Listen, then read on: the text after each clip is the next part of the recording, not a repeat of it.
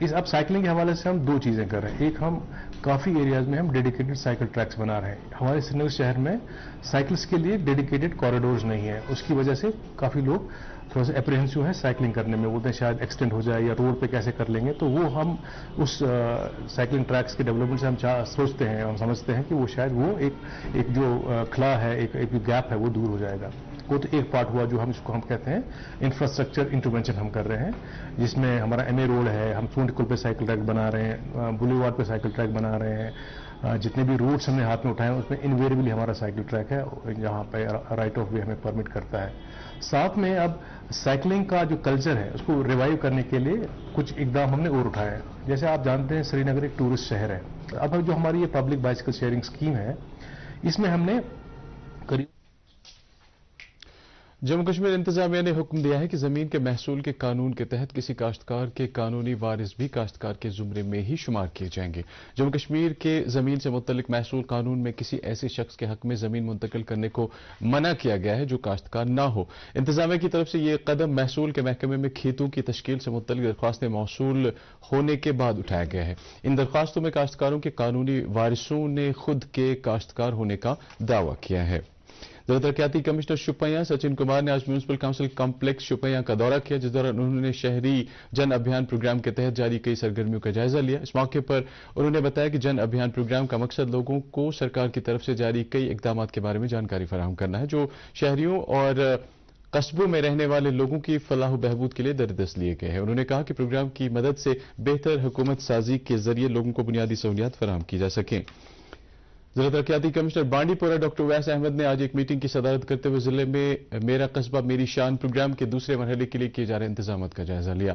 اس موقع پر ضلع کے تینوں میونسپل کونسلوں میں اس پروگرام کے تحت درپیش لی جا رہی سرگرمیوں پر سیر حاصل بحث کی گئی. ڈی سی موصوف نے افسران کو ہدایت دی کہ وہ اربن لوکل باڈیز کا دورہ کریں اور لوگوں کے ساتھ ان کے مسائل اور معاملات کا موقع پر ہی جائزہ لیں. انہوں نے متعلقہ افسران کو ہدایت دی کہ وہ اس ضمن میں تمام تر ضروری اقدامات کو یقینی بنائیں. سری نگر میونسپل کارپوریشن کے میئر جنید عظیم متو نے آج بٹمالو اور اس کے مضافات کا دورہ کیا. انہوں نے زیارت حضرت شیخ داؤد رحمۃ اللہ علیہ پر بھی حاضری دی. ایس ایم سی میئر نے کمیونٹی ہال بارہ پتھر اور کاشی محلہ کا بھی معائنہ کیا. بعد میں میئر نے اسٹیٹس افسران کو ہدایت دی کہ وہ کمیونٹی ہال کاشی محلہ کو اپنی تحویل میں لیں. انہوں نے شاہ فیصل کالونی میں تعمیر کیے جا رہے کمیونٹی ہال اور بٹمالو میں اسمارٹ سٹی پروجیکٹ کے تحت تیار کیے جا رہے سیوک کمپلیکس کا بھی جائزہ لیا. کلگام پولیس نے آج یاری پورہ کلگام میں ایک ناکہ لگا کر 5 نقب زنوں کو گرفتار کیا ہے. ان افراد کے خلاف ضلع کے کترسو، متیبگ اور تاریگام علاقوں سے شکایات موصول ہوئی تھی، جس کے بعد پولیس نے فوری کارروائی کرتے ہوئے آج ان کو گرفتار کیا. ان کے قبضے سے 2 نکلی گن، 1 نکلی پستول، 2 کٹر اور 5 موبائل فون برآمد کیے گئے. ساتھ ہی جو لٹیروں نے گاڑی استعمال کی تھی اس کو بھی قبضے میں لیا گیا ہے. پولیس نے اس ضمن میں تحقیقات جاری کی ہے اور عوام سے تاکید کی ہے کہ وہ ان لٹیروں کے جھانسے میں نہ آئے اور اس طرح کی صورتحال میں پولیس کو مطلع کریں.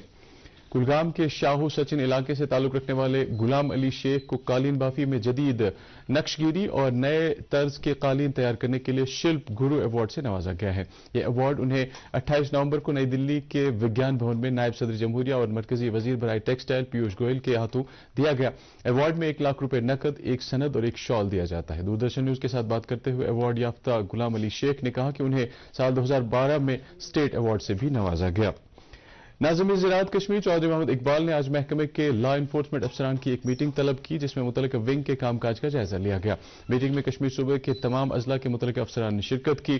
میٹنگ میں ڈائریکٹر موصوف نے کہا کہ لا انفورسمنٹ ونگ کی ذمہ داری ہے کہ وہ انسیکٹسائڈز، پیسٹ سائڈز اور دیگر جراثیم کش ادویات اور کسانوں کو تسلیم شدہ سیل کاؤنٹروں سے کھاد کی فراہمی کو یقینی بنائیں. انہوں نے افسران پر زور دیا کہ وہ کسانوں کے مفادات کے تحفظ کے لیے ٹھوس اقدامات کریں. انہوں نے افسران سے تلقین کی کہ وہ چیکنگ اسکواڈ تشکیل دیں تاکہ کسانوں کو معیاری ان پٹس کی فراہمی کو یقینی بنایا جا سکے. انہوں نے کہا کہ انسیکٹسائڈز ایکٹ 1968 کی خلاف ورزی کرنے والوں کے خلاف قانون کے تحت کارروائی کی جائے گی. ہائیگام آبی پناہ گاہ میں مہاجر پرندوں کی آمد زور شور سے جاری ہے۔ ابھی تک اس پناہ گاہ میں ہزاروں کی تعداد میں ایسے پرندے اپنا بسیرا کر چکے ہیں۔ سوپور بارہمولہ میں واقع اس پناہ گاہ کی کافی اہمیت ہے اور یہ سردیوں میں لاکھوں مہاجر پرندوں کی آماجگاہ بن جاتی ہے۔ محکمہ وائلڈ لائف اس پناہ گاہ میں ان چرند و پرند کی عارضی رہائش کو یقینی بنانے کے لیے ہر ممکن اقدامات کر رہا ہے۔ مقامی لوگوں کا کہنا ہے کہ اس پناہ گاہ میں اس سال کافی مہاجر پرندوں کی آمد متوقع ہے۔ Jammu Kashmir pollution control committee نے آج کنونشن سینٹر جموں میں پولیوشن پریونشن ڈے کے تناسب سے ایک پروگرام کا انعقاد کیا۔ پروگرام کا مقصد ماحولیاتی آلودگی کو کم کرنے کے لیے ضروری اقدامات کو اجاگر کرنا تھا۔ جنگلات و ماحولیات محکمے کے کمشنر سیکرٹری سنجیو ورما نے پروگرام میں بطور مہمان خصوصی شرکت کی۔ پروگرام میں متعلقہ ایجنسیوں اور اداروں کے زعماء نے شرکت کی۔ اس موقع پر مختلف شراکت داروں نے ماحولیات کو تحفظ فراہم کرنے کے لیے درکار ٹھوس اقدامات پر تبادلہ خیال کیا۔ اس موقع پر کمشنر سیکرٹری نے JKPCC کو اس طرح کے پروگرام کے انعقاد کے لیے ستائش کی۔ ہاکبارہ بانڈی پورہ میں بی جے پی نے آج پارٹی ورکروں کا ایک اجلاس منعقد کیا۔ اس موقع پر پارٹی کے جنرل سیکرٹری سنیل شرما نے ورکروں سے کہا کہ وہ لوگوں کو بی جے پی کے نمائندوں کے حق میں ووٹ دینے کی طرف راغب کریں۔ انہوں نے کہا کہ وزیر اعظم نریندر مودی کی بڑھتی مقبولیت اور جموں کشمیر میں ان کی سربراہی میں LG انتظامیہ کی کامیابی اس بات کا ثبوت ہے کہ جموں کشمیر کے عوام اب بی جے پی میں اپنا اعتماد دیکھ رہے ہیں اور بی جے پی کے سب کا ساتھ، سب کا وکاس، سب کا وشواس مہم کو اپنا رہے ہیں۔ انہوں نے پارٹی ورکروں سے کہا کہ وہ پارٹی کے DDC امیدواروں کو ووٹ دیں اور پارٹی کو زمینی سطح پر مضبوط کرنے میں اپنا رول نبھائیں۔ جموں کشمیر کے عوام کے آئینی اور جمہوری حقوق کی بحالی کا مطالبہ دہراتے ہوئے نیشنل کانفرنس کے معاون جنرل سیکرٹری ڈاکٹر شیخ مصطفیٰ کمال نے کہا ہے کہ 5 اگست 2019 اور اس کے بعد لیے گئے مرکزی حکومت کے تمام فیصلے اور اقدامات زمینی سطح پر ناکام ثابت ہو گئے ہیں اور وقت کا تقاضا ہے کہ نئی دلی اپنی غلطیوں کو سدھار کر یہاں کے عوام کے ساتھ انصاف کریں۔ ان باتوں کا اظہار انہوں نے آج شیر کشمیر بھون جموں میں پارٹی عہدیداروں اور کارکنوں کے ایک اجلاس سے خطاب کرتے ہوئے کیا۔ بھارت کی طرف سے G20 کی کل صدارت سنبھالنے کے بعد ملک میں کئی اہم جگہوں اور عمارات پر G20 لوگوں کی پرچم کشائی کی گئی۔ اسی سلسلے میں ڈل گیٹ میں واقع مشہور شنکراچاریہ مندر پر بھی G20 لوگوں کی پرچم کشائی کی گئی۔ مندر پر یہ پرچم 7 دن تک رہے گا۔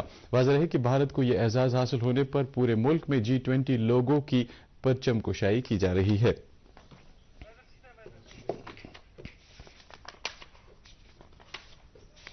موسم محکمہ موسمیات کے مطابق اگلے 24 گھنٹوں کے دوران جموں کشمیر میں موسم عام طور پر خشک رہنے کا امکان ہے۔ سری نگر میں آج دن کا زیادہ سے زیادہ درجہ حرارت 11.5 ڈگری سیلسیس جبکہ کل رات کا کم سے کم درجہ حرارت -0.2 ڈگری سیلسیس ریکارڈ کیا گیا۔ ادھر جموں میں آج دن کا زیادہ سے زیادہ درجہ حرارت 22.1 ڈگری سیلسیس جبکہ کل رات کا کم سے کم درجہ حرارت 11.1 ڈگری سیلسیس ریکارڈ کیا گیا۔ اس کے ساتھ ہی اردو خبروں کا یہ بلیٹن ختم ہوا چاہتا ہے۔ مزید خبروں کی تفصیل جاننے کے لیے آپ ہمارے ٹویٹر ہینڈل اور Facebook page @DD News Srinagar پر لاگ ان کر سکتے ہیں۔ اس کے علاوہ یہ خبریں YouTube پر بھی دستیاب ہیں۔ اس وقت آپ سے اجازت چاہیں گے۔ اللہ حافظ۔